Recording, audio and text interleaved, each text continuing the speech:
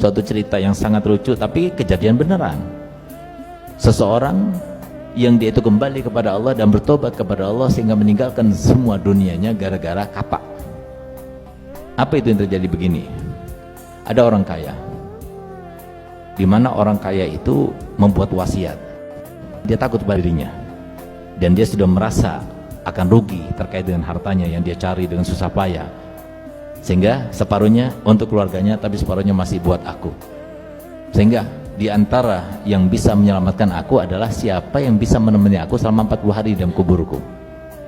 Sehingga kemudian dibikinlah sayembara, siapa yang mau menemani aku ketika ajalku tiba nanti di dalam kuburku selama 40 hari, maka aku berikan separuh daripada hartaku.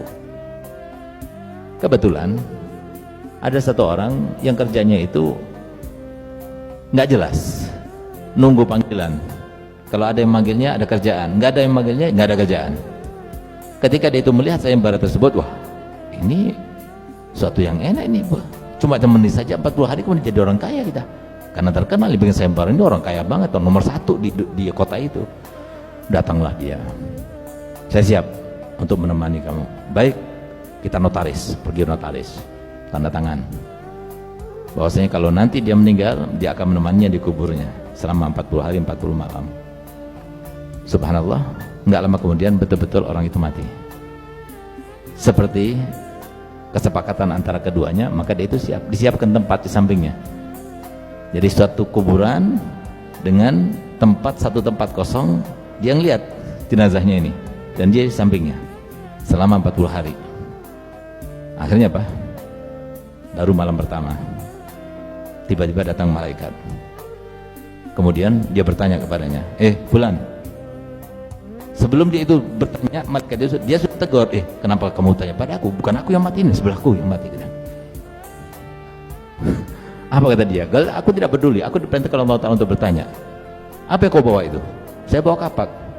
Dari mana kapak itu? Dari mana kau dapatkan? Dari Fulan. Kayunya itu diambil dari mana? Yang menghaluskan itu pakai alatnya siapa? Yang mengopennya itu siapa?